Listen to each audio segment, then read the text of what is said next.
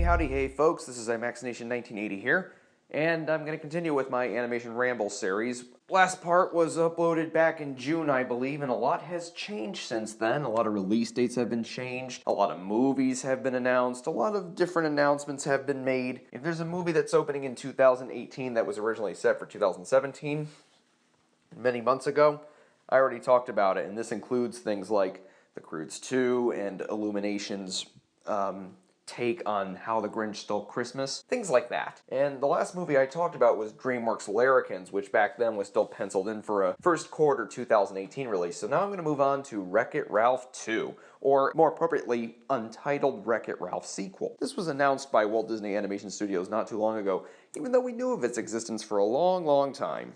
This movie is coming out March 9th, 2018, which is almost 6 years after the release of the first film, and I'm glad that it's finally happening. And Rich Moore, the director of Wreck-It Ralph, has had quite enough time to make this sequel come together. And the reason why it took so long was because Rich Moore started developing it after Wreck-It Ralph was released, but then he had to turn his attention to Zootopia, which Byron Howard was directing. He set Ralph 2 aside and then helped Byron with Zootopia.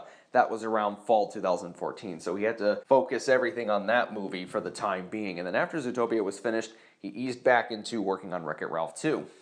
And the movie is going to take Ralph and Vanellope, and presumably the other characters, Fix-It-Felix Jr., Sergeant Calhoun, the like, to the internet. And there is so much potential here. Now, I've talked about Wreck-It Ralph 2, or Untitled Wreck-It Ralph sequel, in great detail before on my blog, on here, on a Ramble that was posted a couple years ago, maybe like 2 years ago. I think Wreck-It Ralph 2 has a lot of potential because Wreck-It Ralph is a movie that I think sets up a very compelling world that I think kind of calls for expansion, not necessarily begs for expansion, but when it came out and when director Rich Moore was talking about sequel possibilities, I was like, go right ahead. Even though I love the first movie as a standalone film, and it's one of my favorite Walt Disney Animation Studios films ever, I am game for this sequel, pun shamelessly intended. That's because, you know, there was a lot of great world building in Wreck-It Ralph, and I loved what they set up with the arcade, and it made me wonder, well, what goes on outside Litwack's arcade? You know, what's going on with console games, mobile games? You get a taste of that. And one of the worlds that they ended up deleting from Wreck-It Ralph, which was titled Extreme Easy Livin' 2.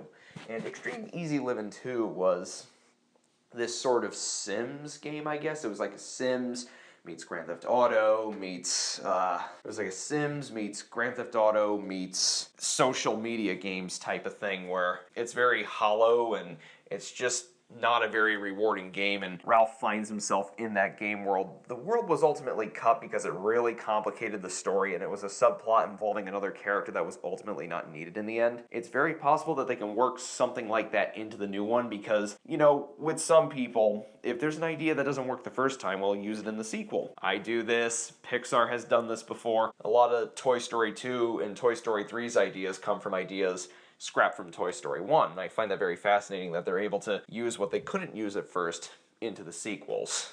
So Wreck-It Ralph 2, or Untitled Wreck-It Ralph sequel, could use a lot of elements that were cut from the first Wreck-It Ralph, and it seems like their portrayal of the internet is going to be like a metropolis. It looks kind of like Tron, and it kind of looks like that Futurama episode where they go into the internet. It was like from the second season, I believe. It was called a Bicyclops Built for Two. Yeah, so it kind of reminded me of that when I saw the concept artwork, and I mean, with the internet, it's so vast. Hopefully it's still video game centric, and hopefully Wreck-It Ralph 2, Untitled Wreck-It Ralph sequel, you know, balances things just fine. I mean, they can have some contemporary humor in there. I'm sure they'll probably make fun of memes and such, but hopefully it's more video game centric than it is internet centric. I mean, we only know so much. This movie's not out till March 9th, 2018, so it's just a very vague synopsis. Ralph and Vanellope go to the internet. It's like there's probably a whole lot more to it than just Ralph and Vanellope go to the internet, but there's a lot of potential there too. Again, the first movie set up a world that was so wide, but yet we were only in an arcade building, you know, a family fun center. And now we're going to go to a world that's much bigger than that. We're going to possibly hop to several video games. We're going to game jump to several video games, and who knows what they're going to do with the villains or what they're going to do with the main storyline. There's just so much potential there, and if Rich Moore was gung-ho about this ever since the first one came out, so I fully trust him. Rich Moore, he's like one of Walt Disney Animation Studios' golden boys. I mean, a Simpsons, Futurama alumnus, and, he really brought a lot to the table with Wreck-It Ralph, and I think Wreck-It Ralph kind of started a new phase for Walt Disney Animation Studios where they could experiment a little bit more and move beyond the box that people put Walt Disney Animation Studios into, the box that sort of says, well, they're good at fairy tales and musicals and princesses, when in reality, Walt Disney Animation Studios was always so much more than that. During the Walt days, there were a lot of different stories tackled. There were wild experiments like Fantasia. The list goes on. And I loved Wreck-It Ralph as a movie, but one of the reasons I really loved it was because it reminded people that Walt Disney Animation Studios can tell any story of any genre. That wasn't something that belonged exclusively to Pixar. And a lot of people, remarked that Wreck-It Ralph was more Pixarian than it was Walt Disney Animation Studios. I disagree with that. Wreck-It Ralph to me felt like a Walt Disney film. It was innovative. It went against formula. Walt Disney didn't like to repeat himself with each new movie. Even when he revisited some similar premises, he didn't set out to remake what had worked before. I think all his movies are very different and unique to each other. Snow White, Pinocchio, Fantasia, Dumbo, and Bambi. Those first 5 features alone are quite different from each other. And what I love about Wreck-It Ralph is that it plays with a very fun concept. It really milked it, and at the same time, it had a very compelling, very emotional, very heartfelt, and very hilarious story. So the sky's the limit with the sequel, and hopefully they take Ralph and Penelope, the characters, into all these really neat new directions. There's, I could go on and on. I can go on for days about why I'm super excited for Wreck-It Ralph 2. And I think it's not going to be called Wreck-It Ralph 2 because Disney simply announced it as the sequel to Wreck-It Ralph, not Wreck-It Ralph 2.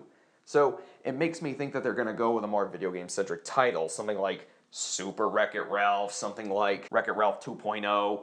They could do like a mythology gag where Ralph and Felix meet contemporary versions of themselves. Like, suppose the Fix-It Felix Jr. game got all these sequels throughout the 80s, the 90s, and even into modern day, like Super Mario has. It'd be kind of like Mario escaping from the 1985 Super Mario Brothers and meeting the current iterations of Mario.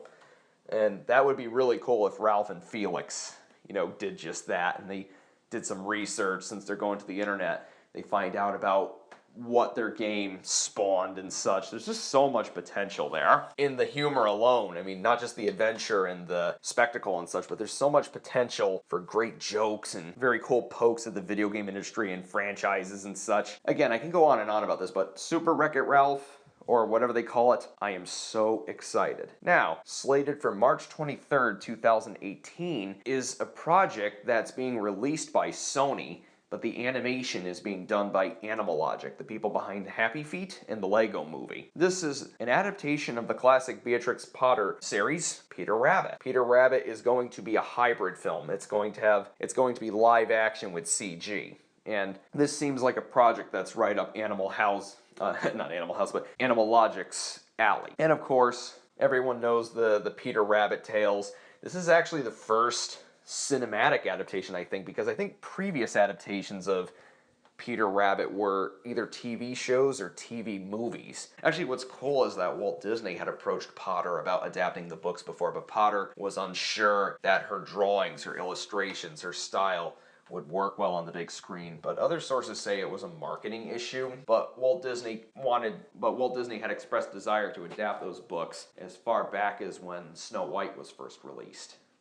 So this is, I think, the first ever theatrical Peter Rabbit film. And since Sony is distributing this film, it's very, very possible that when it comes out, it will be billed as a Sony Pictures Animation film, even though Sony Pictures Animation didn't even work on it.